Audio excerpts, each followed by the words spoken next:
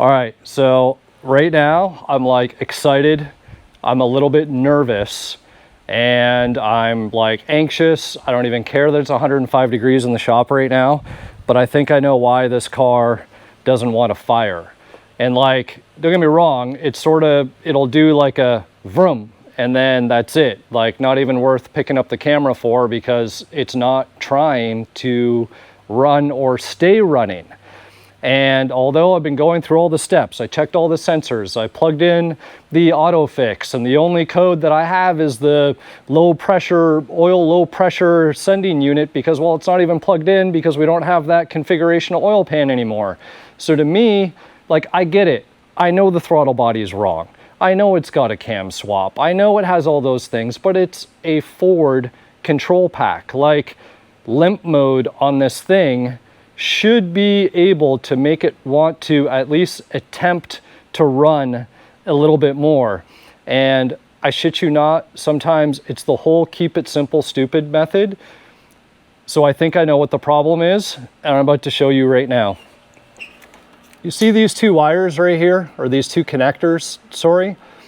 So these two connectors were sitting over here, off to the side. And I was literally messing with these on my 93 Cobra yesterday because I'm elongating the harness on that car because I want to have a clean engine bay swap and the computer's going to be mounted inside the cabin of the car. So I was going through and I was trying to figure out which wires I didn't need. This connector I know typically goes to the clutch fan that would have come on the F series or E series that come with the 7.3 Godzilla. Pulse modulated stuff that, yes, it even controls how much your clutch fan is activated through the computer. Aside from that, there was this weird 3-pin connector. And what I was trying to do was figure out all the wires that I didn't need because the less amount of wires that I need to extend, the more time that I'm going to save and the more cleanup that I can do. So because these two were like sort of together like this, last night I was retracing this and I already knew what this did, and this I wasn't 100% sure of. Because it was laying over here, I'm like, is this some weird air intake temp sensor that the F series trucks had? And then I'm like, I don't think they have a separate air intake sensor, but I'm pretty sure it runs off the MAF. So today I'm going through and I actually messaged my buddy over at Swapzilla, who has provided me a boatload of parts and resources that are needed for any Godzilla swap out there. So be sure to check him out. Super nice guy, friendly, helpful, all of the things. And I'm like, dude, what's this 3-pin connector for that's next to the one for the clutch fan? And he responds back like, oh, that big one's for like some stupid factory pump thing, but the other connector's for your cam sensor underneath the water pump. And I'm like, cam sensor? I'm like, no, that's plugged in. I have the sensor that's plugged in, but it's the sensor on top of the water pump is plugged in. And then the sensor in the cylinder head, which is plugged in. So you can maybe see, so this sensor right here. So I'm thinking between that one and one that's way up there, I'm like, no, the cam sensor's plugged in. And I'm like, wait a second, he said under the water pump. I'm like, did I actually forget to plug that in? Probably on the Cobra because I changed the whole front end accessory drive kit and the timing cover. So yes, I forgot to plug it in on the Cobra, but stupidly enough, look, I haven't plugged it in on this one. And if we actually look at Christmas tree pushes here. And guys, I've taken off so many of these harnesses. Like, this is just so stupid. I'm embarrassed. I'm ashamed to even admit, like, I should know. Like, the only reason why this harness was kind of, I guess, throwing me for a loop is because this is off an F series and I'm usually peeling off the E series stuff. So let's see here.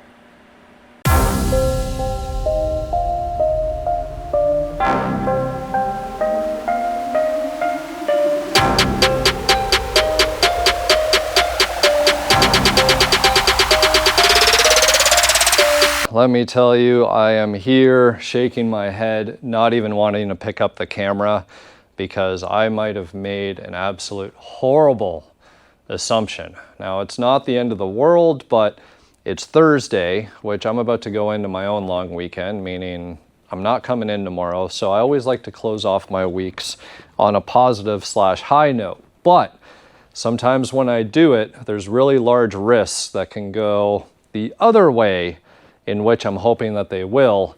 And well, today was one of those. So again, I normally don't pick up the camera right away because I'm sort of like lost in the moment of my frustrations. Here we are. I brought fresh fuel today. I already had the filler cup to go into the fuel tank and put fuel into this thing so that I could actually attempt to fire it up for the first time. Now, there was a few last minute things that I needed to go over, so I'm going to go over those with you before I get into the exact possible issue. Hopefully I get a WhatsApp text back from a friend of mine who can maybe shed a little bit of light on the situation, but let's just say I think the transmission is going to have to come back out of the car. So you can tell by the dust and the fingerprints that this has been a longer term project, but we are really, really close to getting this thing across the finish line. So the whole interior of this car was pretty much stripped out, so that way could do the evaporator core, the heater core, go over some wiring and add some wiring for the Dakota Digital RXT cluster here. And well, here is the Godzilla in the room. Now things are pretty much in a mocked up, final mock-up state, where we should be able to fire this thing short of the drive belt being installed, because every time there's something that has a lot of new components and you've got Hydro Boost units, you've got custom coolant lines and everything all over the place, the first fire, I like to make sure that the proof of concept is done and things are actually going to work before stupid shit like power steering fluid fittings starting to leak somewhere, or maybe a coolant leak and whatever else. So the main thing that I like to go through is make sure that the fuel system is tight, that there's no fuel leaks.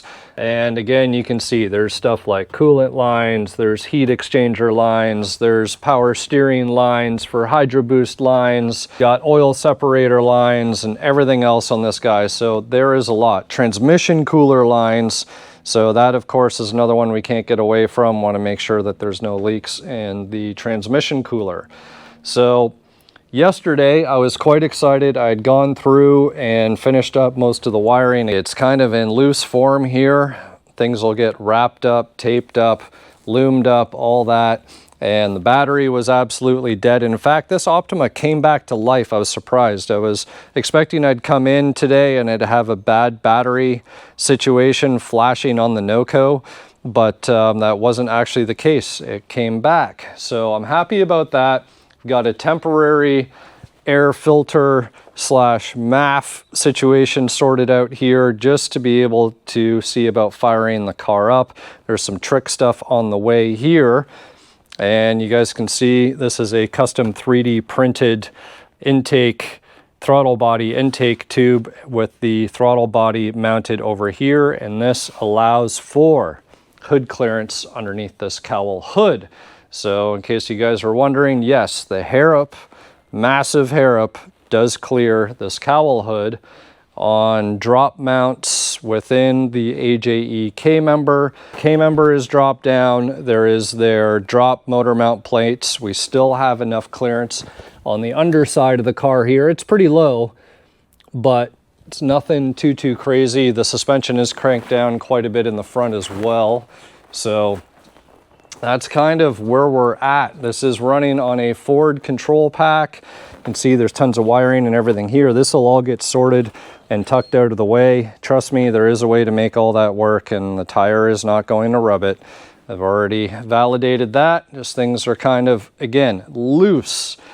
All the control pack wires are run. The only thing that I haven't done is actually extended the throttle pedal wiring, as it only comes as far as here. So, you know, if this thing does run one day, you know, the throttle pedal is temporarily on the passenger side.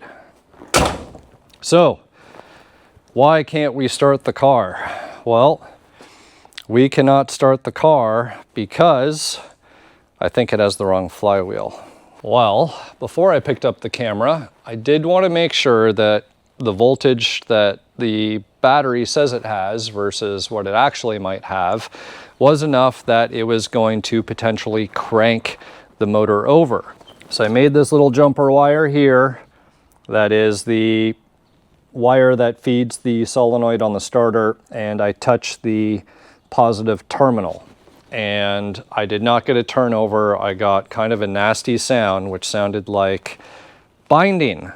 And the crank definitely was not rotating when I tapped it. So I would love to do that again for you guys, but this is one of those things where let's not possibly make any more damage than what maybe we've already done. Now, I'm hopeful, again, I didn't do much. You know, I just kind of heard that like binding clank. Now, if it damaged the flywheel, then so be it. Hopefully the starter is okay, or maybe the starter is the culprit and that's all that's required. But here's the assumption. The 7.3 Godzillas that have the 6R140 behind them have a 4-bolt torque converter in there. As beastly as those transmissions are and as heavy and crazy as the torque converters are on those things, there's only 4 bolts. Same size stud as a 10R80, same thread pitch, same everything. So when I got a good used 10R80 and torque converter, I also got the starter that came with it, because 3-bolt starter versus 2, and that's just because of the way that the pattern is in the bell housing of the transmission itself. And I was like, okay, well, does the torque converter line up to the holes of the flywheel? Yes, it does. Perfect.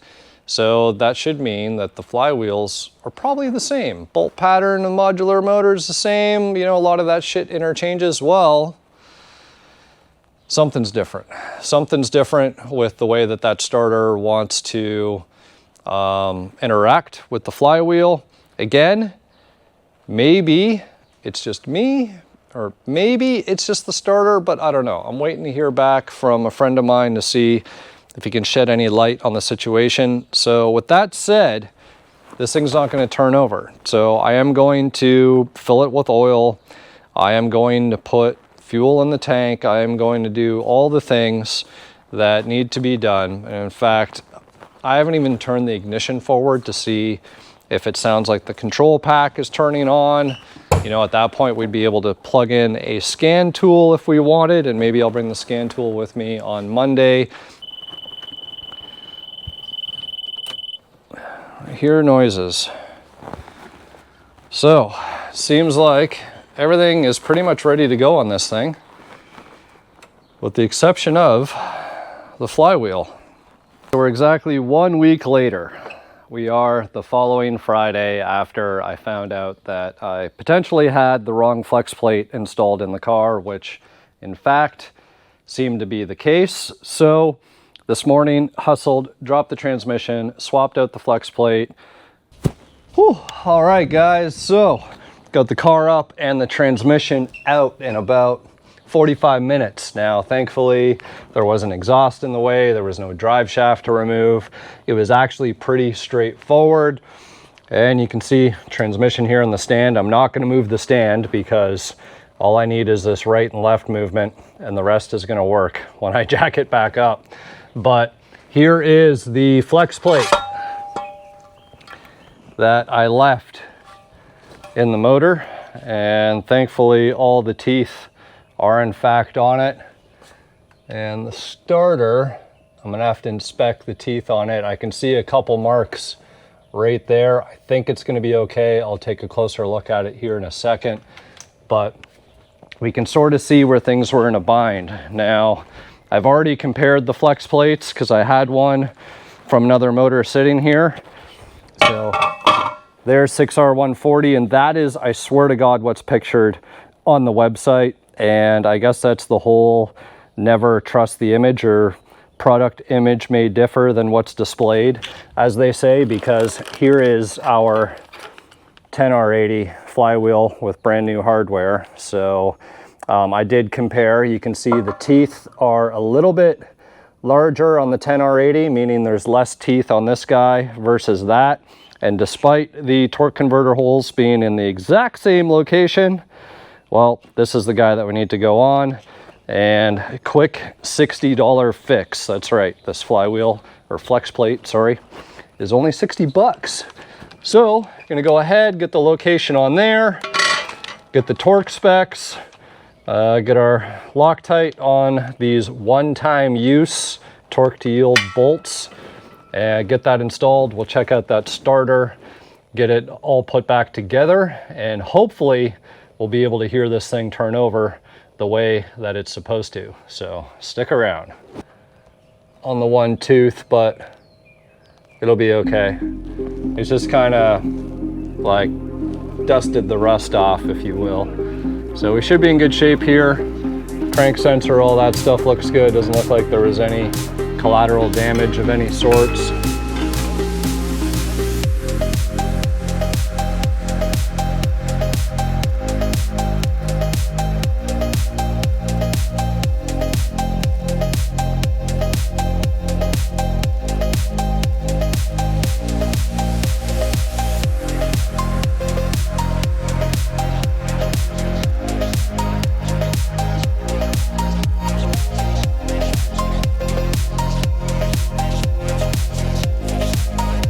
Checked everything over. In fact, swapped the transmission pan gasket because that seemed to have a little bit of a leak on it, and went over a few final things. And I think it's time. It's time to see if the starter is going to turn the motor over, and it's time to check. We're going to plug a new device that I got, an OTOFIX, which I believe is a subsidiary or child company to Autel, and we'll go through and see what kind of codes that we might have, just to make sure that everything looks the way that it should. And most importantly, if we are going to try and crank this thing, make sure that we can check the engine vitals accordingly. So we can see, got lots of temporary stuff in nature here in terms of wiring, air intakes and everything else. We still got some 3D printing action to do. In fact, I'm going to tighten that guy up a little bit more. But first things first, let's try and engage this starter just a little bit and see what happens if we get any types of crazy noises or sounds. And I have tapped the main starter. In fact, we got to hook the battery up here. So hopefully this Optima has kept its charge throughout the week. And let's see here. Man, I'm actually quite nervous for this, to be honest. Oh, okay, that sounds good. Oh my God. Guys, what a relief that is. So hopefully that'll actually kind of move a little bit of oil around. Some of these newer motors, I know in Coyotes and stuff, you really don't have a way to prime the oil pump or anything. Like the motor needs to fire in order to actually start building pressure. So I'm going to check the dipstick. I'll give it a couple more cranks, check the dipstick, see what things look like, because there is fresh oil and everything else in here. And then we'll plug in the OTOFIX tool, which this guy is... It's charging up. Hopefully, I should have charged this before I came here, but courtesy of OTOFIX, I'm going to have all the information down in the description below. Very rarely do I like promote and showcase companies, but this time it's kind of due. And having an OBDII scan tool is extremely handy for my BMWs because, well, BMWs always have some sort of lights on in the dash, whether it's body code, transmission code, engine code, whatever type of code. They're handy to have around. And now that we have a more modern drivetrain, and our Fox bodies are even more handy to have, especially before you're going to do something like a first fire. So a couple important things. Like I said, we're just going to check the wiring. The fuse for the fuel pump relay that I have in the trunk, I've pulled that so that way when the key does go forward, it's not going to fire the fuel pump right away. And that way we can go in, have the key on, check for codes. If everything is looking good, I will put the fuel pump fuse back in, and then we need to make sure that we don't have any fuel leaks at all our connections that we've done to the fuel rails from the fuel pump and all that other stuff. In case you guys are wondering, it is a full Deechworks fuel system. in-tank pump, Deechworks fuel filter, -8 PTFE to the front, -6 return, factory injectors still in this case, factory coils. All we've done is the BTR Truck Norris camshaft swap to this motor and the HARROP TVS2650. It should be a beast. So there is no belt on the motor either. First fire, always want to make sure we'll just reduce things. The supercharger actually isn't going to be turning at first, and that's just to make sure that, right, we're not worrying about pumping coolant through things. We're not worried about pumping power steering fluid through the Hydro Boost setup, all those things that could generate some leaks and things that we don't want, when really we just want to make sure we don't have fuel leaks and that this thing will in fact fire up. So let's go over a few things, tighten this air cleaner on, and get at it.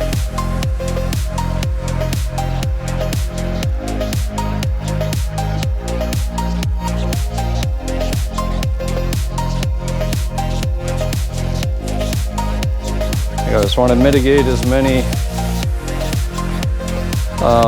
vacuum leaks as possible.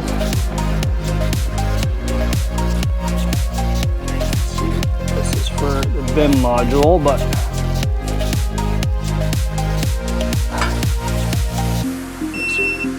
all right. You can see our accelerator pedals over here for now until I can extend the wiring harness for it. Okay, let's turn the ignition forward.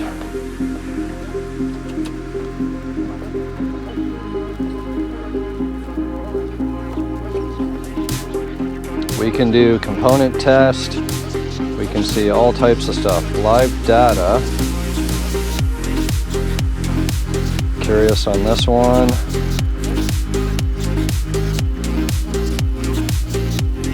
So there's technically no codes at the moment. Coolant temperature sensor, engine RPM, don't have that. Intake air temperature, again, this is all, actually I don't care about that. Throttle position, fuel level input, that'll be curious. And then I want to see if they actually have fuel air.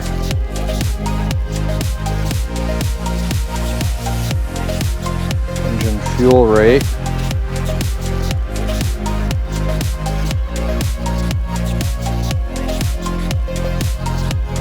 There we go. This is all the values that we can look at. So, doesn't say that there's any codes, which is good. It means the control pack is, I guess, fairly smart.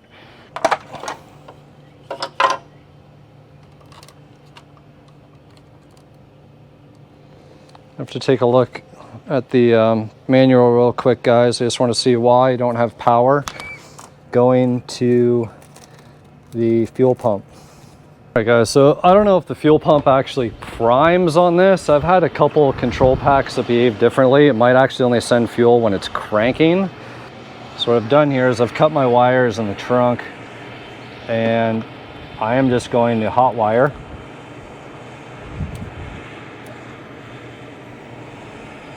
And we're just going to run some fuel through.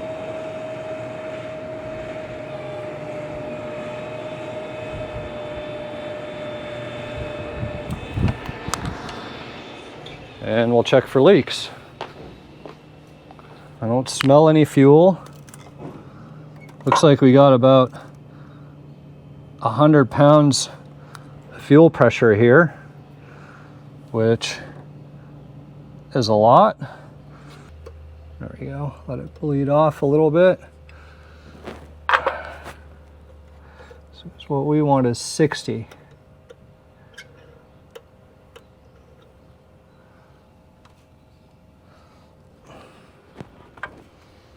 It's 80.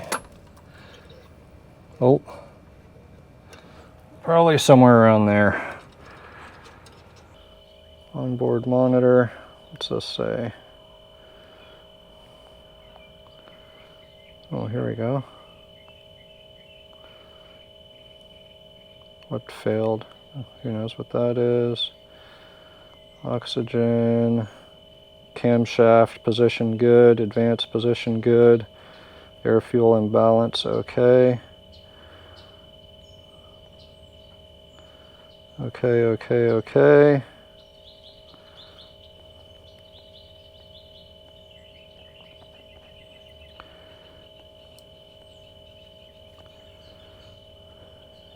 Okay, so that's good.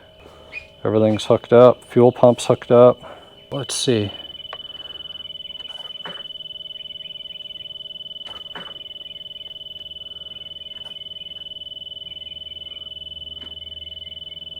Does it need a brake pedal? Or it's going to be upset about the transmission.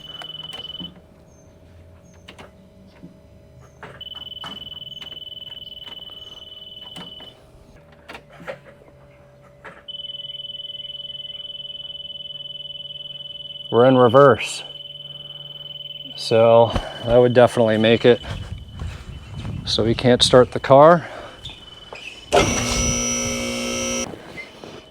Okay, so if this is reverse, that's park. So neutral. So I'm sure I probably just hit the gear selector when I was messing around taking the transmission out earlier. So hopefully it says neutral now.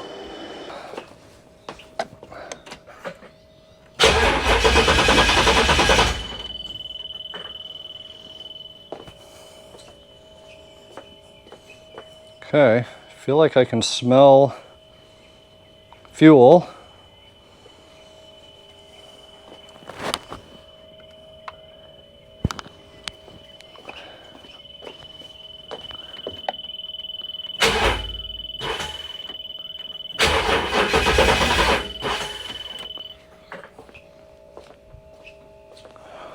Come on. So it's the next day and my scan tool died. I needed to get going, and long story short, I could not get the fuel pump to prime. And in fact, it still doesn't prime, but it actually wasn't sending 12 volts. And for anybody who's dealt with a Ford control pack, you would know that this big, thick green wire, I think Holly is the same thing. You can see where I poked it there, where I was doing some testing. I'm like, is there a break in the line? Like, it was a little kinked, but like not enough to really kink wires. So I pulled the relay out. There was power there. The fuse was good. The ground trigger was working when the engine was cranking. So it was like everything that needs to work here was working. There was just nothing back there. So finally I played with the connector for the blunt leads and pushed it in maybe a little bit hard. I don't know, something between what I did there, testing there all of a sudden worked, and now the wire is working all the way to the back. So I think we're in a position to see if this thing will fire up, and it's pretty much that simple.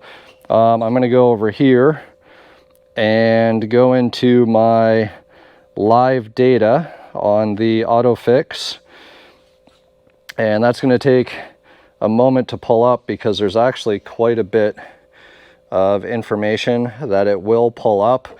It goes like right into detail, guys, per cylinder, bank, everything, O2 sensors, fuel, everything that you would want to know and need to know, this thing is going to pull up. So we are just going to wait for that to load, and then that way I've already gone through and checked the codes, and the codes all seemed good. There was nothing there, which is good, because even there's I know there's two knock sensor wires not connected, but I have a feeling that those are not required with the control pack. They're just going to assume that you're not going to run them. So that's good there. Actually, I should probably turn the ignition on, even though it's probably loading data, but let's turn the ignition on. Hey, you know what? I actually hear the throttle body. And there was something not happy with the connection. I bet you I didn't have that connector plugged in all the way. Like, it had the start signal, but it didn't have the rest of the stuff that it needed. Fingers crossed, guys, this would be an awesome way to wrap up a mid-Saturday, hear this beast fire up, and know that connected everything right and did the cam swap right, all those things. Go show selected. There we go. So then we can see just the stuff that we want. But let's try and fire this thing up.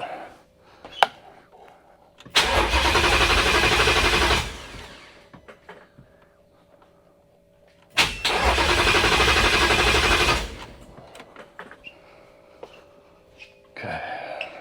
We've got oil, or we've got fuel pressure. And I've actually had this issue before.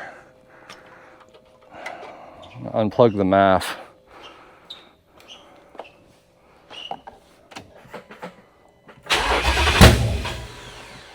There we go.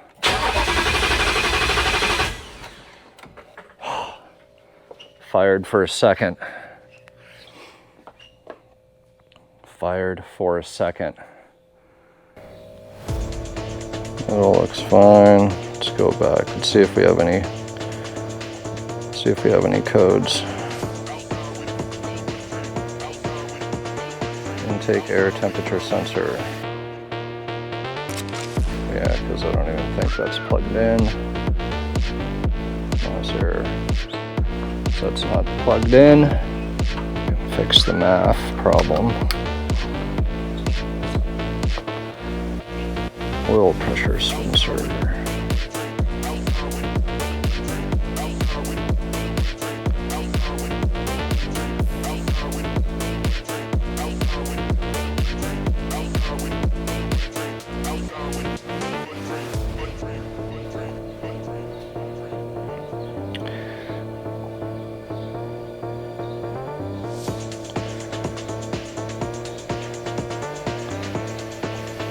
Okay.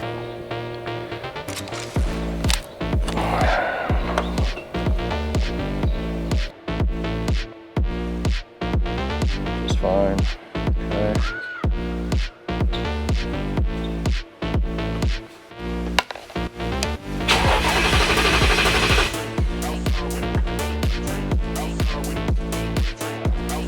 All right, another day here, folks. It is hot in Texas. And I am not complaining. I just want to show you guys, look at that. And that is indoors. Pretty unreal, right? So a couple days have gone by now, and I've been doing a little bit of back and forth with the black notch here, and I can't get it to fire. It'll just sort of like catch for a second, and then that's it. And I think that there's just way too much stuff going on for the factory out of the box tune on the control pack to get this thing to fire properly. Things between situation of the mass air meter, which isn't a big deal. A lot of cases I've actually unplugged those and the computer will go into like a basic limp mode and usually kind of get you started up, but that doesn't do anything. But the throttle body being down here and this not even being the throttle body to the control pack, I think that this is probably a majority of the situation at hand. I was concerned that maybe there just wasn't air getting in through the rotors of the blower because I didn't have a belt on it. So I tried keeping the bypass valve open, no changed, and then I actually went out and got a belt that would reasonably fit. I need something maybe just a little bit shorter, but it's on there and it's enough to kind of spin the rotors and do the thing. I reached out to Mike Murillo, my right-hand man down here in Texas, to be able to hopefully help me out, and no VIN was detected. And he came back to me and he's like, well, what are the mods done to the motor? Because I was like, well, I need something to start this car up. So I told him and he's like, dude, you don't have injectors in it? And I'm like, well, I didn't think I'd need injectors just to get it to fire up. Like, I knew injectors were going to be needed once we got to the actual tuning part of the car, but I was just trying to keep things as basic as possible so that I could actually get it to fire. And he said, well, there's no sense on doing things twice. Get injectors, stick them in, and we'll start doing a startup tune for it. So injectors are on the way, and they'll be really easy to swap out. 2 bolts for the rails. They're pretty much like LS style rails. Super easy, so that's not going to be a problem at all. And I've got all the HP tuner stuff fired up here, and I need to read the tune so I can send it over to them. And of course, because it's a control pack, there's no VIN. And here's some other VINs here. So I think I'm just going to call this the, we'll make a custom VIN here. Infamous 73. I think that'd be a good VIN number. What do you guys think? Operating system, read entire. Let's see. Turn ignition off, wait 3 seconds, and back on. 1 Mississippi, 2 Mississippi, 3 Mississippi, on.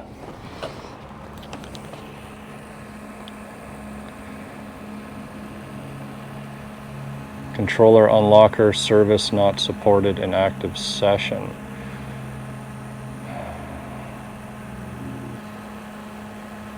Actually, I think Mike sent me something in a text. 98B.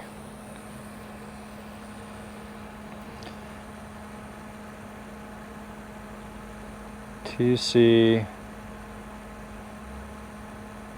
298B 2019 plus Ford.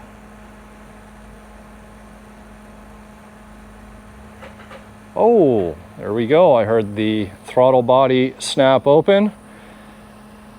And we are reading. Very good. So I'll get this tune file downloaded.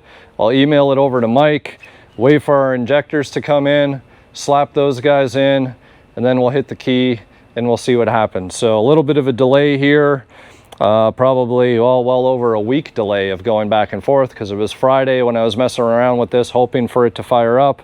We're now Wednesday the next week. By the time injectors and everything else show up, we got a little bit of a delay, but it is what it is. Opportunity to go through some more stuff, maybe start cleaning up some wiring that we know that a lot of this is functional and working the way that it should, so we can get in preparation. Maybe our actual air inlet tube here will show up, and that'd be good, and we can go from there. So it's really odd that the OTOFIX scanner didn't pick that up. Like, out of all the things, it knew that the oil pressure sensor wasn't connected. Why wouldn't it know that the cam sensor isn't connected? And like, I tried turning the motor over enough, and I guess I probably could have gone in and checked values for the cam sensor, and maybe that would have told me something, because oddly enough, I checked values for the crank sensor because I wanted to see if there was RPM, and there was. So here we go, guys. The belt is actually on now. There's power steering fluid. A little low. I'm gonna go ahead and throw a little bit more fluid in there. Oh shit. Ah, guys, look at this. This is how nervous I am right now. Like, it's like I got the shakes. I'm so nervous. It's like the first motor that I've ever swapped in my life all over again that I'm wanting to hear fire up for the first time. Like, it's unreal. Crazy how something so stupid, like just a silly motor, can get you so excited and giddy after all these years. I'm sure many of you guys can relate, but oh, I'm gonna clean that mess up after. I'm telling you guys, my nerves are friggin', they're shot. My nerves are shot. They really are. Like, I should probably hook up the scan tool and stuff just to be able to monitor some vitals. Could plug in the Dakota Digital. And if it fires up, then the only thing that I'm not 100% sure about, guys, is I want to make sure that there's oil pressure. After Jerry's Coyote endeavor and that stupid MMR pickup tube that I knew when I installed it that there was going to be oil pressure problems. Guys, that damn tube didn't even, like, it was falling out of the oil pan. So if you guys hadn't seen those videos, like not out of the oil pan, but like falling down into the pan. So the pickup wasn't seating itself properly up in the grommet. So ever since then, you know, and when we don't have a mechanical gauge in this case, we just have the stupid pressure sensor switch, which technically should be enough. It would tell us that we have oil pressure. It's just kind of good to note. So for now, just turn the key, see if it'll fire up. And if it does, we'll shut it down. I'm going to pull the lines off to the oil filter, make sure that there's oil in them. And if there are, then we know that there's oil circulating through the motor. For any of you that have the question about, well, why can't you just turn it over and build up pressure? Some of these newer motors take like the motor actually running for like pressure to start actually happening. Maybe not in this case actually, because the the pulse modulated system for the restriction through the oil filter isn't there, so maybe that wouldn't be the case. Somebody out there I'm sure knows and that can correct me, but anyways, let's go. Let's see. Actually quite curious to see if this will read. Really just kind of care. We got a check engine, which is fine. That's going to be that pressure sensor.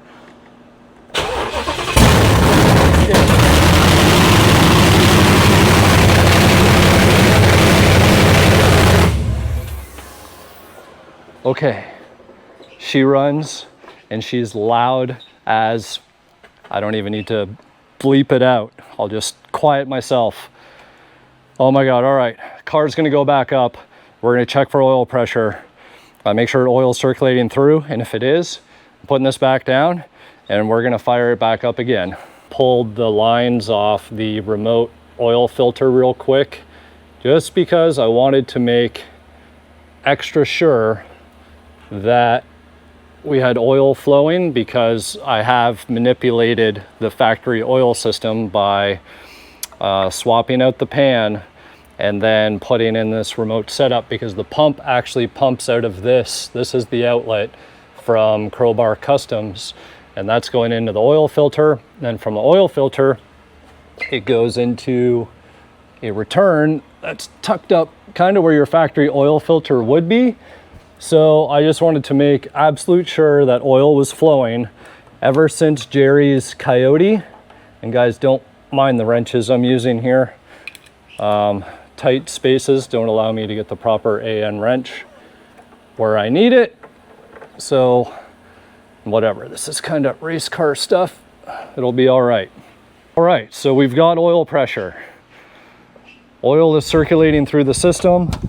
The decoded digital was not telling us much, so we'll plug in the old OTOFIX. There we go. Since the AC stuff, we don't care. Throttle position, I'll take a look at that. So we've got our parameters here on the old OTOFIX, so we can watch and see the car is back down. We know we have oil pressure. Let's fire this thing back up.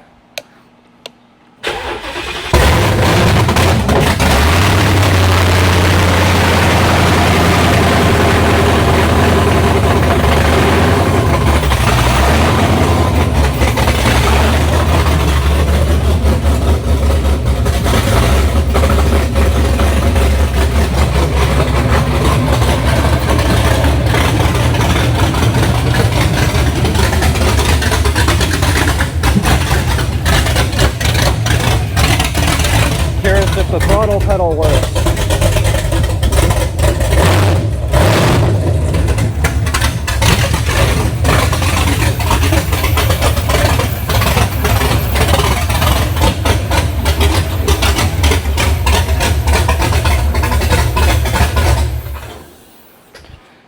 There we go. Whew. Oh, lost our data on there because I shut the ignition off.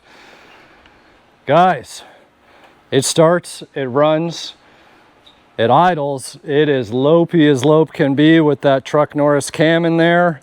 The belts are spinning. I don't see, maybe there's a little bit of power steering fluid down there. I'll have to check, see if we got any leaks there, but that's good.